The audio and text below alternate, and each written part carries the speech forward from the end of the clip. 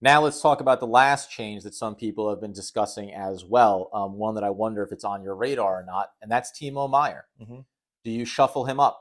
Do you repair those there, knowing that this is a more physical opponent in the Rangers, and that potentially he could end up opening some things up for a Jack Hughes if you shuffle those combinations a little bit? What did you see from his game overall in this? Do you feel like for what his skill set is, we're mitigating his value by leaving him down? I want him on the third line, and I want him with Palat, and I want Haula back on the line with Hughes. Okay. So I want Haula taking faceoffs. I want Jack on the wing with Bratt. I think that line is going to be very good. Haula, Bratt, and Hughes. I want to see that line attack. I want to see Timo with Palat. Two physical bodies. That's going to be your checking line, and Timo can score goals. That is a bigger line that is going to be consistent on the boards. They play hard on the boards. I want to see them together with Sharon Govich on that third line, who can clean up some board play in front of the net as well. So then your strategy there is saying I want to have my speed lines. I mean, Bratt actually had a pretty good game, I thought. In certain moments there. So you want the Bratt, Haula, Hughes to be together there. You want to try to outpace the Rangers in those instances, and then you're willing to, because I agree with you, but my not problem, but my curiosity is like, are you better trying to create balance line to line, or are you better producing different versions of it? And a lot of it is matchups with the Rangers too. That's what I mean. It's so I want to see Nico, Tuna, and Mercer play against Panarin, Tarasenko, Zibanejad, and the top two lines for the Rangers, and I want to see that third line skate with the other top line for the Rangers. Right. So I want to see our 1 and 3 line potentially skate with the 1 and 2 lines for the Rangers. That's defensively what I'm looking at in some of the holes. I'm nitpicking, I'm nitpicking, sure. really getting into depth with the matchups. We need to see a change on the lines. I think Haula and Hughes played really well together, especially in the 13-game winning streak that we had. And I think we need to go back to that. Haula was playing really well too, creating a lot more offense than he was in the last, 4 or 5 weeks of the season. We're going to be fine, Hischier, by the way, I just want to throw this in here because overall, I think, again, game one, there's a lot of Mercer. Everyone, you go, oh, come on, you're frustrated with a lot of guys, and not about even egregious mistakes, just doesn't look like you have that little extra gear to get to. He sure did a really nice job getting that shoulder down around defenseman. Like, I thought that as the game moved along, he started to really settle in, and I could see him trying to get there. Now, it doesn't mean that I thought he had the best game or he's among the better players, because he had his moments as well. You brought up a great point. Yeah, the Devils were trying to lower their shoulder on the sideboards and trying to get in front of Igor constantly. Yeah. Which to me is a cop-out. You cannot do that consistently against this Rangers team. You will not score goals. You need to set up yourself in the offensive zone. Okay, this is a great debate now. Finish your point first. You need to set yourself up in the offensive zone, right? I'd much rather see Nico Hischier or Jesper Bratt or Jack Hughes, we saw a lot. Timo Meier, we saw do that a lot. Skate behind the net, wheel it around, get it to the defenseman, get it to the point, set up the point, shoot the puck from the point. I know the Rangers had a lot of block shots, and this was the Devils' game plan because they were frustrated, and the Rangers did an amazing job doing that. And the reason why we were doing that is exactly the reason of the block shots. We were lowering the shoulder, trying to get in front of the net and trying to bury ourselves into Igor to try and generate a goal. I get that. But don't lose your identity because you're having a tough game against a very good team.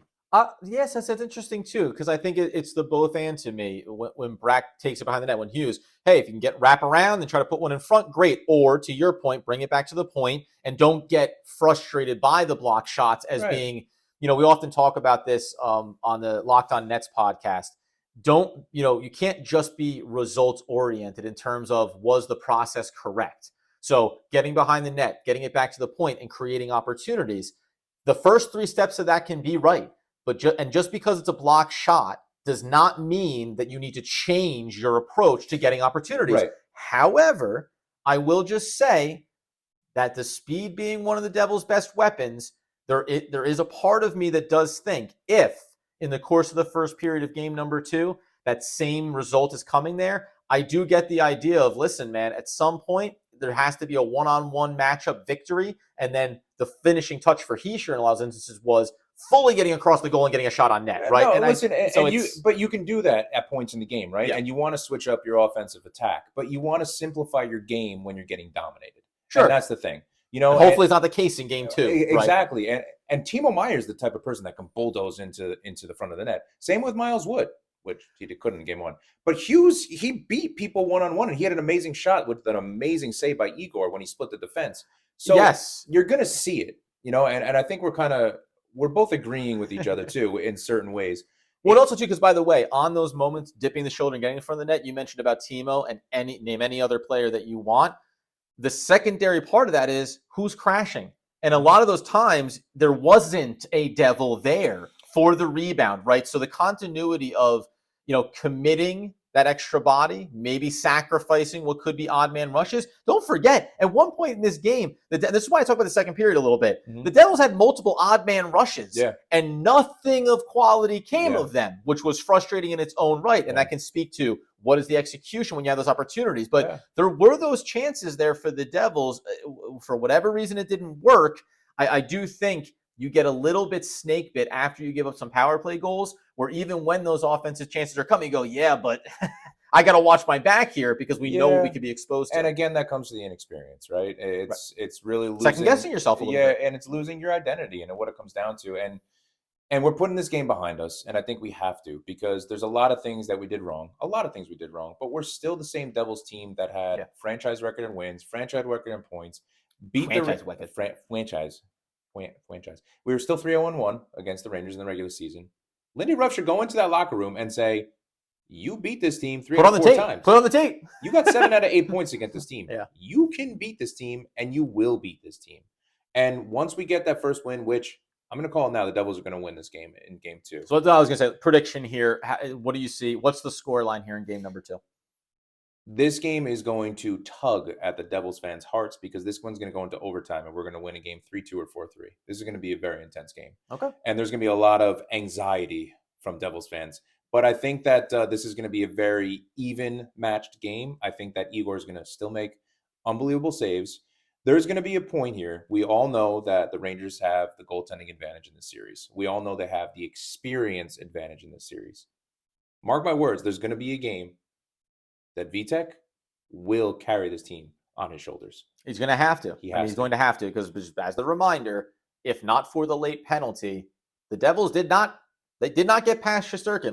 It took a penalty. Sure. It took a one-on-none opportunity to get home. So they still need to crack that egg here. And my hope is that early in this game, within the first half of the first period, even if it's a 1-1 game by the end of it, or a 2-2 game, I don't care. You got to be able to open it up. You got to be able to take those chances. And I think the Devils need to play a little bit more fearless hockey here, and being willing to say, listen, if we got to get this thing on open ice and risk the old 6-5 overtime, the 4-3, whatever it's going to be, you cannot try to, and this is what I go back to, you can't try to play the physical game and wait and anticipate and try to react to the Rangers. The Rangers have to come chase you. Yes. Even if it leaves you exposed, it's going to be up to Vitek in one of these instances to say, hey, guess what? You did leave me exposed.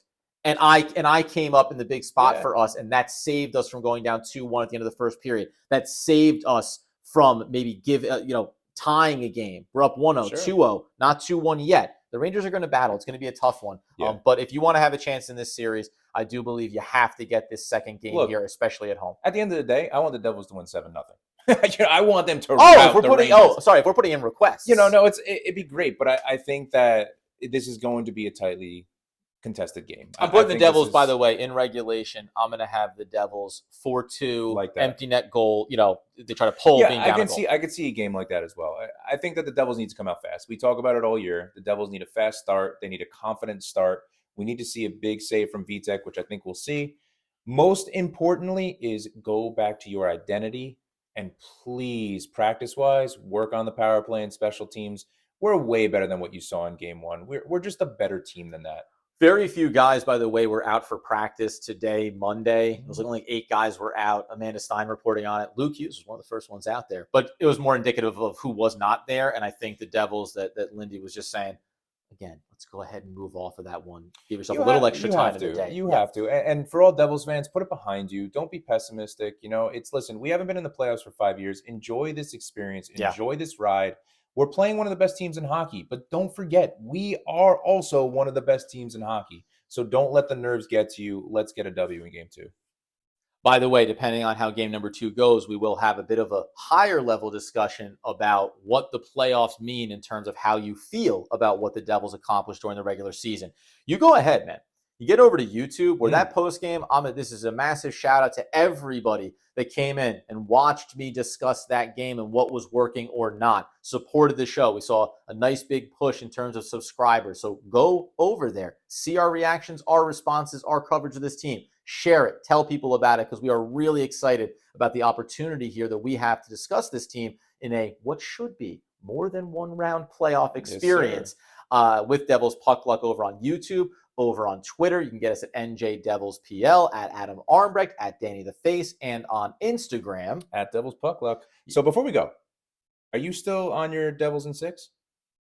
Oh gosh, yeah, that's a tricky one now. Bit of a trickier spot now to go for Devils in 6. Listen, I'll hold to it for right now because if I believe the Devils can win game number 2 and it's 1-1, that wouldn't change my overall expectations.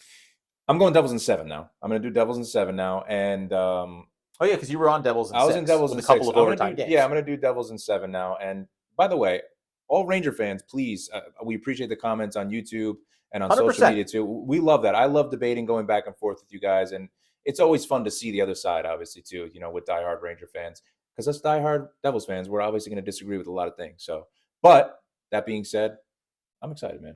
The hair's gotten away from me, so it's time to wrap this one up, guys. We'll be back in after game number 2, hopefully talking about a Devils victory. Until next time, again, a guy that did not have a great performance in game number 1, but hopefully, like the man on the ice, all things will be gravy.